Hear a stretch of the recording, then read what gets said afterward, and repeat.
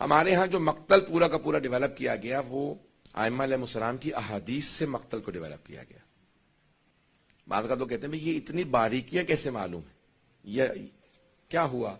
یہ ائمہ نے بتایا. جہاں پہ تاریخ امام کے الفاظ سے ٹکرا جائے وہاں پہ امام کے الفاظ کو لے لیا جاتا ہے, تاریخ کو چھوڑ دیا جاتا ہے.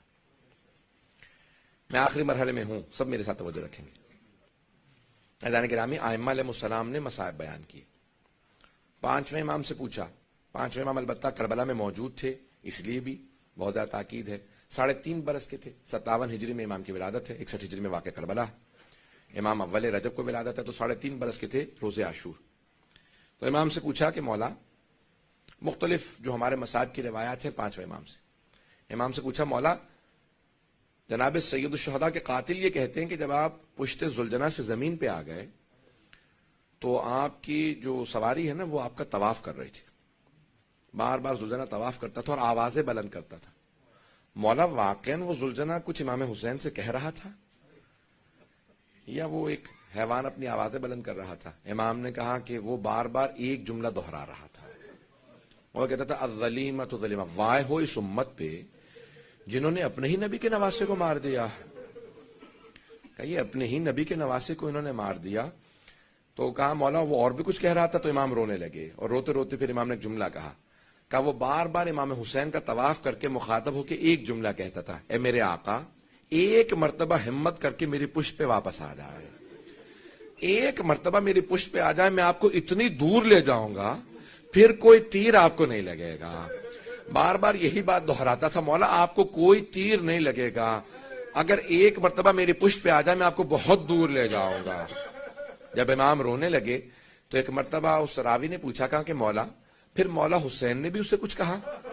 کہا مولا حسین نے بس ایک بات کہی. کہا ذوالجناح جا جا کے میری بہنوں اور بیٹیوں کو بتا دے کہ میں اب ذوالجناح کی پشت سے گر گیا ہوں, میں تیری پشت پہ نہیں رہا, میری شہادت ہونے والی ہے, میری بہنوں کو میری بیٹیوں کو بتا دے. تو پانچویں امام کہتے ہیں کہ اس وقت وہ ذوالجناح فوراً خیموں کے باہر آ گیا.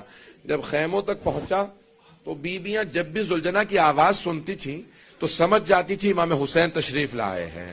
کہ جیسے ذوالجناح کی آواز سنی نا کہ وہ آوازیں بہت زیادہ بلند کر رہا ہے, تو ایک بیوی نے خیمے کا پردہ ہٹا کے دیکھا, ذوالجناح کی پشت پہ کوئی بھی نہیں تھا. کہ ساری بیویاں خیموں سے باہر آ گئیں. زیارت ناہیہ میں امام زمانہ کہتے ہیں, میرا سلام و میری ان پھپھیوں پہ جو چہروں پہ ماتم کر رہے تھے اور چہروں کو پیٹتے ہوئے خیموں سے باہر آ گئے. لاتمات الخدود, اپنے چہروں کو ماتم کر رہی تھی, کہا ماتم کرتے ہوئے باہر آئیں. اب پانچویں امام راوی ہیں, سوگنامہ علیہ محمد میں الفاظ ہیں, مجھے آج ایک روایت کو پیش کرنا, میں ساری تمہید باندھوں اس روایت کے لیے.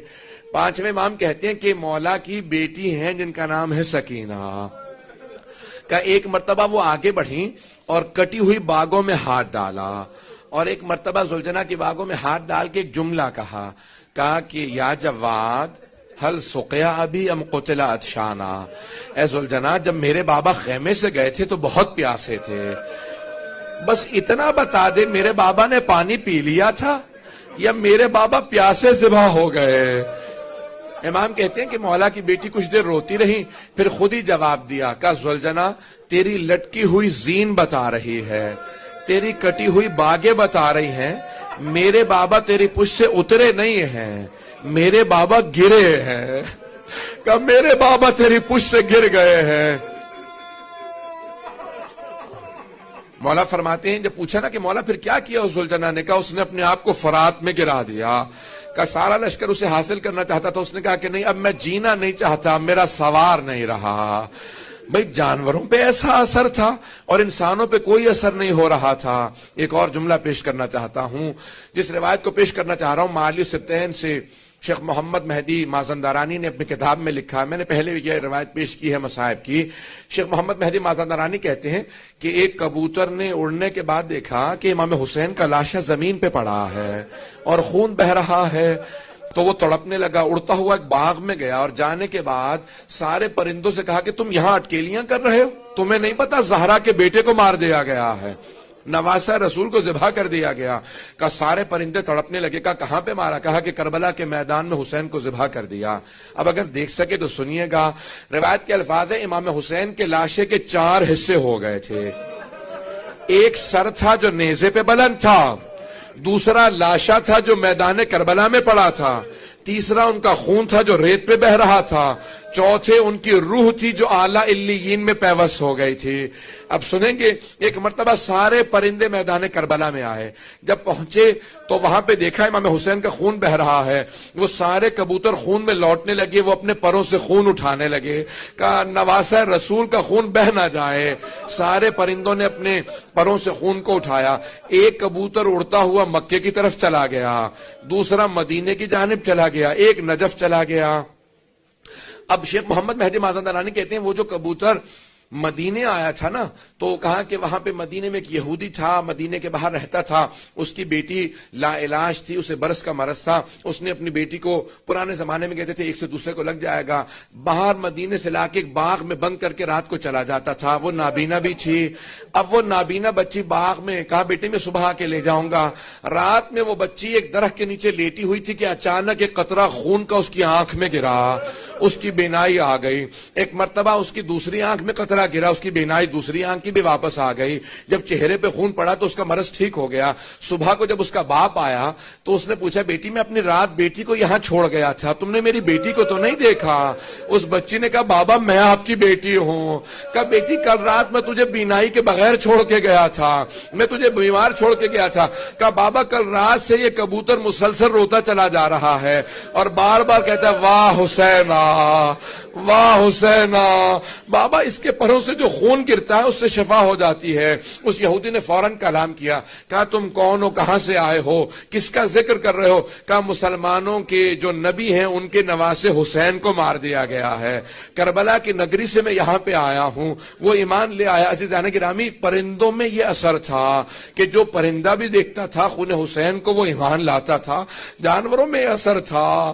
پتھروں کا اثر بتانا چاہتا ہوں، ایک اور روایت سن لیجئے، آخری روایت کو پیش کر رہا ہوں۔ آپ نے راہب کی روایت کو سنا ہے نا، جس نے صرف یہ سنا تھا کہ کوئی باغی ہے، وہ رات کو اس نے جگہ دے دی دیر کے اندر، جب وہ اپنے حجرے میں چلا گیا دیکھا رات کی تاریکی کے اندر پورے کے پورے اس دیر کے اندر آگ لگ گئی ہے، پانی لے کے آیا بجھانے کے لیے، جیسے پہنچا تو دیکھا یہ آگ نہیں ہے، کچھ بیبیاں بیٹھی رو رہی ہیں، نور تھا کچھ بیبیوں کا۔ اندر سے ایک بیوی کی آواز آ رہی تھی، ہائے میں نے چکیاں پیس کے پالا تھا، نہ جانے کیوں پیس دیا میرے بیٹے کو۔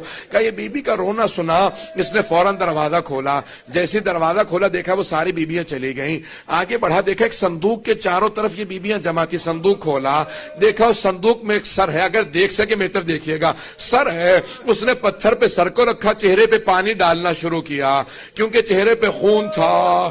اب ایک مرتبہ اس نے دیکھا کہ سر کی آنکھیں کھلی، کہا آپ کون ہے؟ کہا میں آخر الزمان نبی کا نواسا ہوں۔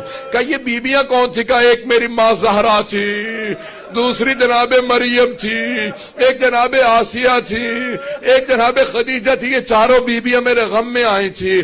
کہا جب میں آپ کے سر پہ پانی ڈالتا ہوں تو بال کیوں اترتے ہیں؟ کہا ان ظالموں نے میرے بالوں میں ہاتھ ڈالا تھا، اس وجہ سے میرے بال جتنے بھی ہیں یہ سارے زخمی، میرا چہرہ زخمی ہے۔ اس نے ایک مرتبہ جس پتھر پہ سر کو رکھا تھا دیکھا کہ اس پورے پتھر پہ نشان بن گئے ہیں۔ کہ یہ کیسے آثار ہیں؟ اس خون پاک کا یہ اثر تھا کہ اس پورے پتھر پہ محسوس یہ ہوتا تھا کہ اس پتھر سے خون بہ رہا ہے۔ میں نے خود اس پتھر کی زیارت کی، آج تک پتھر باقی ہے۔ پتھر کو پتا تھا یہ خون حسین ہے، پتھر کو پتا تھا خون حسین بہ رہا ہے۔ آج بھی آسان